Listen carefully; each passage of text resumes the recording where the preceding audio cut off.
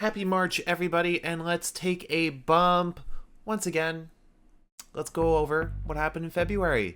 It's the top 10 matches of February 2026. We're going to blast right through these. It was a very fun month. We had Grand Slam in AEW. We had New Japan's New Beginning. WWE did some stuff. I think that was the Royal Rumble. Kind of underwhelming Royal Rumble, to be quite honest with you.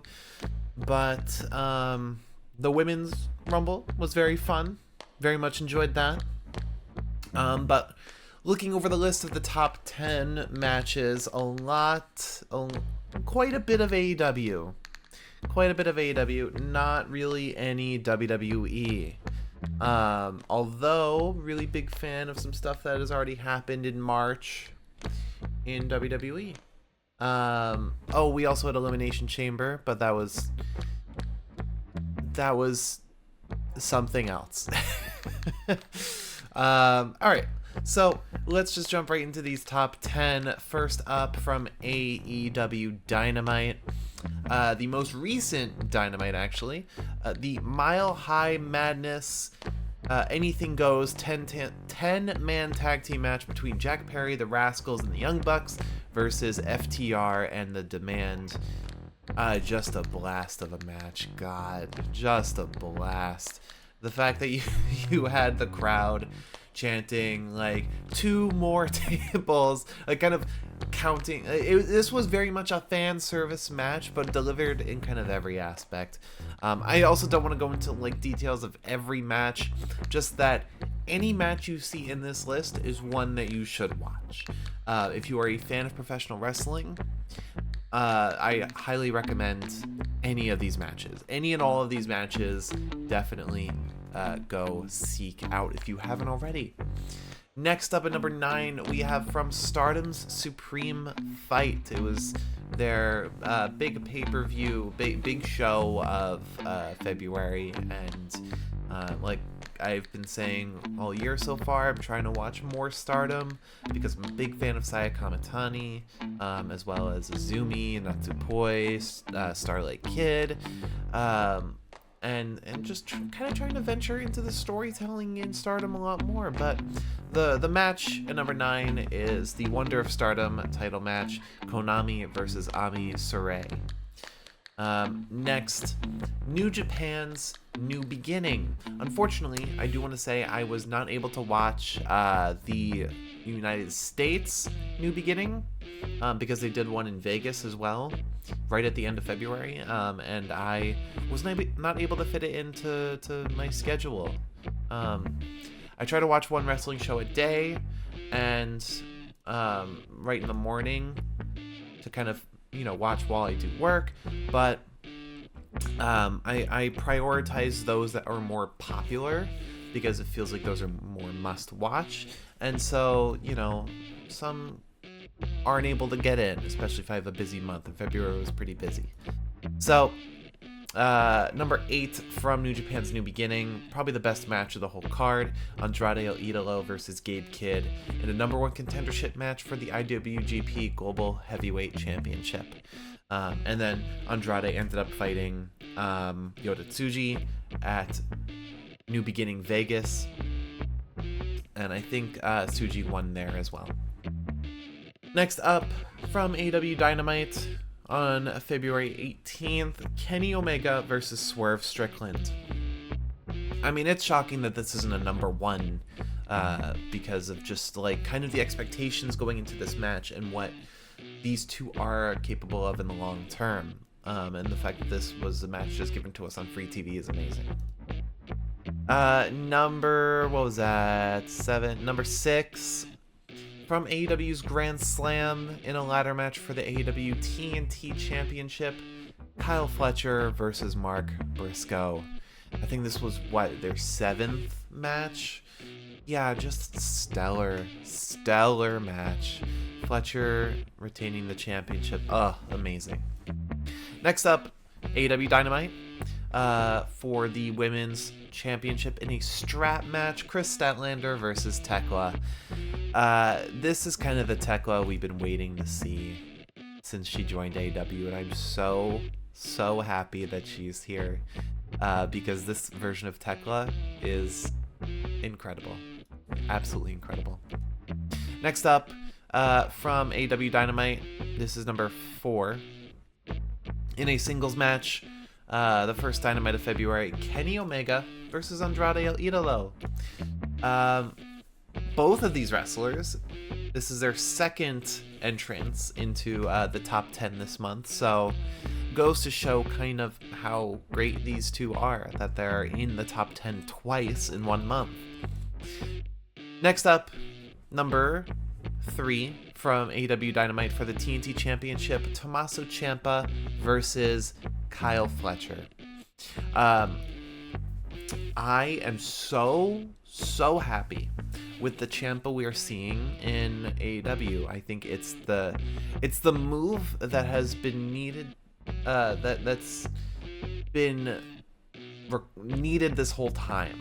You know, Ciampa to AEW feels like a match made in heaven, and it feels like that piece just clicked immediately when Ciampa came to AEW and immediately challenged I think it was Mark Briscoe for the championship.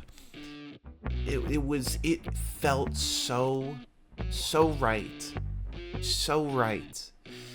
And this match against Kyle Fletcher continues to prove that it wasn't just a one-off, that Ciampa is such a great fit for AEW.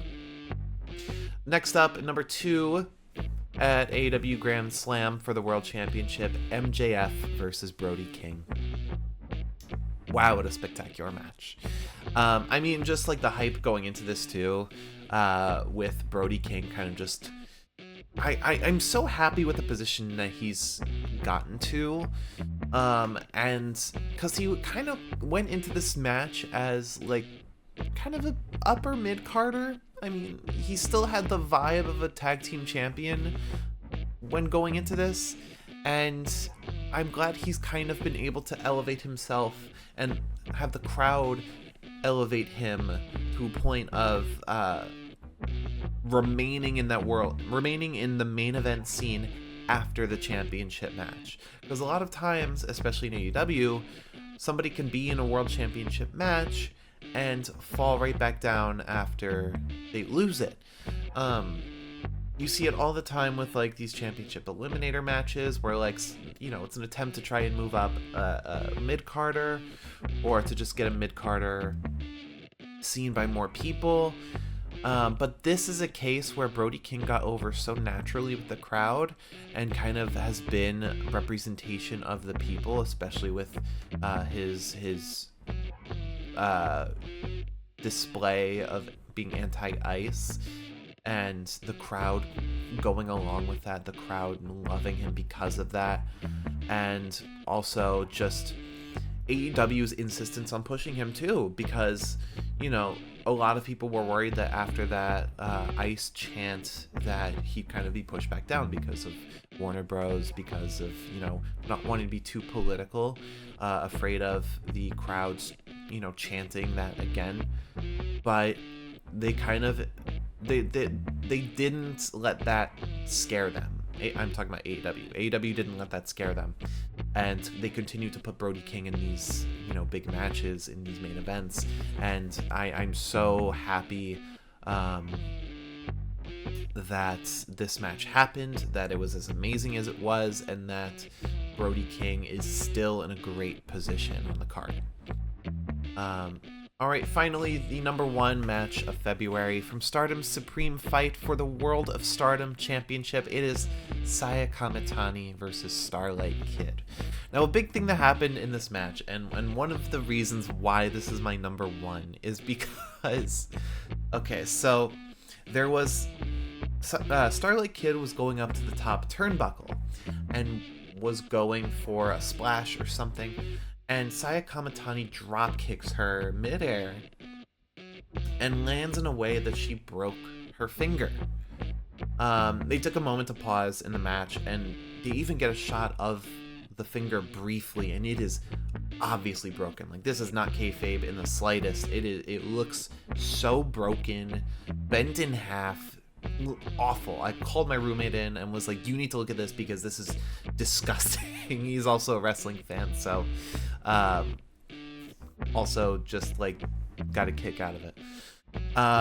But then they continue to wrestle, I want to say like 15 to 20 more minutes after that. You know, they paused for a little bit to kind of wrap up the finger, but then Saya just kept going. She wrestled the rest of the match and had like insane spots too. Like, you could have told me that was like, you know, if you showed me the rest of that match, I would not have like believed that she broke her finger because of how amazing she was still able to wrestle. You know, didn't let the pain bring her down at all, and continuing to prove that Saya Kamitani is a legitimate star, that she deserves to be one of the biggest wrestlers in Japan right now, and hopefully we can see her more internationally because she's just outstanding. She is outstanding. And you know, I want to mention Starlight Kid as well, because she was the other half of this match and she brought such a great like underdog aspect to the match. Like, she's very popular, Starlight Kid, but she's also like, I think this is her first entrance into the world title scene, like the Stardom's main title scene, and she's kind of been punked around by Saya this whole feud. And so that story going into this match just made it so much more thrilling, so much more exciting, and seeing that it's kind of like, it's got the same vibe of like Daniel Bryan and Brock Lesnar. Cut scaled down a little bit because Saya's not quite Brock Lesnar, you know, destruction type. But still that like resilient, unable to quit attitude from Starlight Kid. It just made for a 10 out of 10 match. I did give this a 10 out of 10, 5 stars. Outstanding. But let me know some of your favorite matches from February.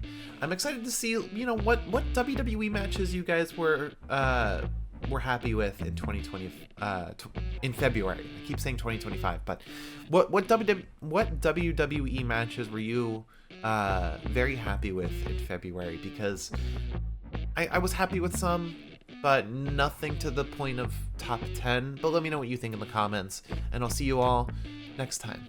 Bye-bye.